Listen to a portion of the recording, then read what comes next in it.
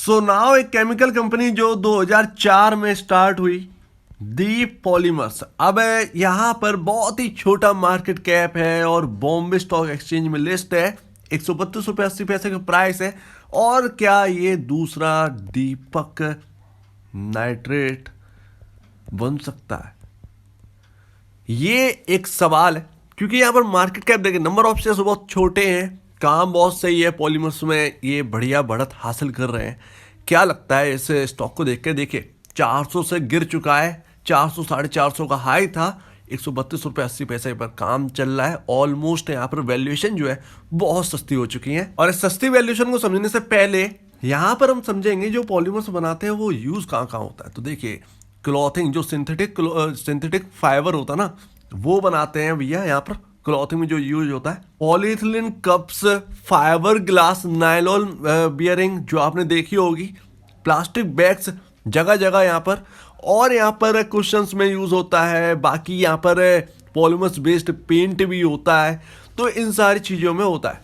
Cookware में कुछ सामान है, यानी कि जो आपके किचन में जो सामान है उसमें कोटिंग होती है एक टेफलॉन की, उसमें काम आ जाता है। तो इतने सारे प्रोडक्ट हैं जो कि पॉलीमर्स के यूजेस से बनते हैं, और ये यानी समझ में आ रहा है डेली नीड के हिसाब से काम बन जाता है। केमिकल कंपनी डेली नीड्स के हिसाब से काम करती है। सो जगह जगह यहाँ पर प्रेजेंस है इस कंपनी की, और कई सेक्टर वाइज ये काम करती है। अगर आप इसकी साइट पर जाकर देखेंगे तो बहुत डिटेल में आप समझ पाओगे, लेकिन यहाँ पर मुझे काम जानना, तो काम आपके सामने रख दिया कि भैया ये पॉलीमर का काम कहाँ कहाँ तक रहता है। कोई केमिकल या केमिस्ट्री से पढ़ा हो तो वो ज़्यादा समझ सकता है। अभी यहाँ पर हम चेक करेंगे नेट सेल। ये तो पता चल गया, मैं काम समझ चुका हूँ कि यार यहाँ पर जो ये केमिकल बनाते हैं वो प्लास्टिक में सबसे ज़्यादा यूज़ होता है। और यहाँ पर अब नेट सेल समझने की बारी। ये देखिए बहुत ज़्यादा गिरावट नहीं है नेट सेल में। अगर आप बात करें, कई केमिकल कंपनी में पीक बन गया बॉस। यहाँ पर अगर हम बात करें, ये लेटेस्ट है, $292 मिलियन मत समझिएगा, ये 29 करोड़ यहाँ पर आपकी नेट सेल की बात कर रहे हैं। 29 करोड़, और उसमें 2 करोड़ का प्रॉफिट। सितंबर क्वार्टर की बात कर रहे हैं। और यहाँ पर अगर देखें तो ये निचला है भैया पिछले क्वार्टर ऑन क्वार्टर खराब है रिजल्ट, जो कि ऑलमोस्ट सबके आए हैं quarter on quarter. Year on year quarter based भी यहाँ पर ठीक ठाक नहीं। Year on year quarter based तो बहुत ज़्यादा था। यहाँ पर नेट सेल यहाँ पर रही होगी 56 करोड़ के आसपास, 56 करोड़ के आसपास की सितंबर 2021 में। सो ये डाउनसाइड जो आपको दिखी है नेट सेल के अंदर, यही आपके स्टॉक के ऊपर भी इंपैक्ट कर रखा है भैया। यहाँ पर 450 से टूट कर 132 का रह गया। और अभी यहाँ पर देखिए मार्केट कैप जिस तरीके से मैं कह रहा 306 करोड़ का ही रह गया है। और यहाँ पर ठीक ठाक है ये मार्केट कैप। ये जो वैल्यूएशन है वो राइट वैल्यूएशन। अगर यहाँ से गिरता है तो फिर यहाँ पर अंडर वैल्यूड कहलाएगा। अगर यहाँ से ज़्यादा बढ़ता है बिफोर Q3 में अगर ये अच्छा प्रदर्शन करते हैं तो फिर इनके चांसेस बहुत हैं कि इनकी वैल्यूएशन बढ़ जाए। यहाँ पर 306 करोड़ बहुत मामूली मार्केट कैप है, बहुत कम ऐसी कंपनियों को देखने को मिलता है, राइट। तो यहाँ पर ना मैं आपको एक बात बताऊँ, शेयर होल्डिंग पैटर्न जो है ना, वो यहाँ पर प्रमोटर 62% होल्ड कर रहे हैं, बाकी सब यहाँ पर रिटेल होल्ड कर रहा है। FIIs और DIIs यहाँ पर बिल्कुल भी नहीं है। 0% FII, 0% DII इसके अंदर है बस। तो ये रहा आपका पैटर्न। तो पैटर्न खराब नहीं है, क्योंकि प्रोमोटर के पास बहुत ज़्यादा स्टेक है, और ये अच्छी बात है। और अगर पूरे साल का पैटर्न देखें ना, 2022 से 2023 तक का पैटर्न कुछ है ही नहीं। लगातार गिरावट यहाँ पर पूरे साल हुई है, पूरे साल यहाँ पर गिरावट रही है। ऐसा कोई यहाँ पर सबसे ज़्यादा तो गिरावट ही रही है इस स्टॉक के अंदर, भले 2-3 रुपए करके गिरता हो, लेकिन गिरावट यहाँ पर शो कर रहा है। ऑलमोस्ट यहाँ पर जो चार्ट पैटर्न है वो यहाँ पर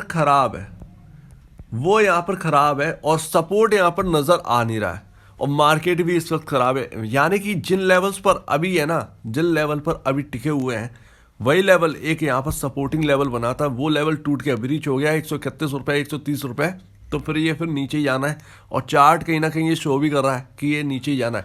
बीच बीच में बाउंस बैक आ जाएंगे, लेकिन वो बाउंस बैक सस्टेनेबल नहीं होगा, ऐसा यहाँ पर दिखता है।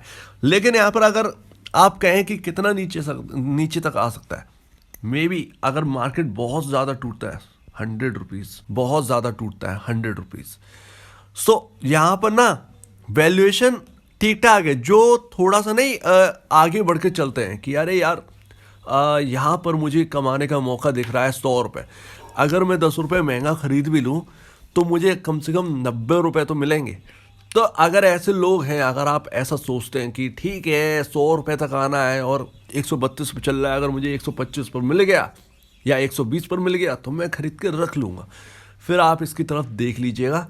अदरवाइज यहाँ पर Q3 का वेट करो। Q3 में अगर अच्छा प्रदर्शन करते हैं, जो कि लगातार नेट सेल टूट रही है, सबसे बड़ा पॉइंट यही है, लगातार जो नेट सेल इनकी टूट रही है, Q3 में भी अगर प्रदर्शन जो है उस नेट सेल को टूट कर और नीचे आते हैं ये, तो फिर शेयर प्राइस यहाँ पर गिरने की स्थिति में रहेगा। उस वक्त यहाँ पर जो है सीधा 70-80 रुपए के आसपास जाने की, 70 से 80 रुपए के आसपास जाने की कोशिश करेगा ये शेयर, अगर Q3 अच्छा नहीं हुआ।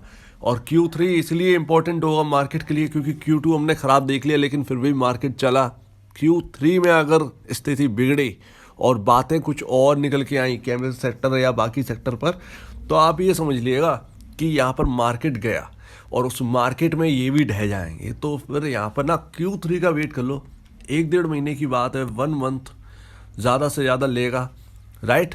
यहाँ पर 12 जनवरी से अच्छे खासे रिजल्ट आने स्टार्ट हो गए हैं बड़ी कंपनियों के, इन्फोसिस, TCS, HDFC बैंक। तो फिर इनका जो है फरवरी तक तो इनका हाथ लग ही जाएगा। तो अभी ना आप ये स्ट्रेटेजी अपनाओ, सबसे बढ़िया है। थोड़ा सा उछाल दे जाए कोई बात नहीं है, लेकिन अगर यहाँ पर जो है एक लेवल है ये आपका रहेगा 140 के आसपास, 140 100। लेकिन अगर यहाँ पर जो है ये बॉलिंजर में अगर ये बाउंस बैक देता है बढ़िया तरीके से, अगर ये टूट के निकल जाता है, अपनी एवरेज लाइन को तोड़ के निकल जाता है, वो रहेगा समथिंग 140 के आसपास, मेरे ख्याल से 137 से 140 के आसपास। इसके ऊपर अगर चलना स्टार्ट कर देता है तो फिर इसमें अच्छी खासी तेजी बनने की संभावना है। कितनी तेजी, वो आपको ले जा सकती है भाई यहाँ पर 150-160 के आसपास, और फिर वहाँ पर रिव्यू करना होगा। तो ये ध्यान में रखना है, ये कैसे क्या यहाँ पर मामला स्ट्रेटजाइज होगा ये देखना बनता है। अदरवाइज अगर मैं सिर्फ और सिर्फ फंडामेंटल देखकर ही एक लॉन्ग टर्म इन्वेस्टर हूँ तो फिर मैं क्या करूँगा, तो फिर मैं पहली वाली स्ट्रेटजी जो मैं सोच रहा था कि 10 रुपये ज़्यादा चुका दूंगा, कोई दिक्कत नहीं, 90 रुपये खा लूँगा, ये वाली अपनाऊंगा।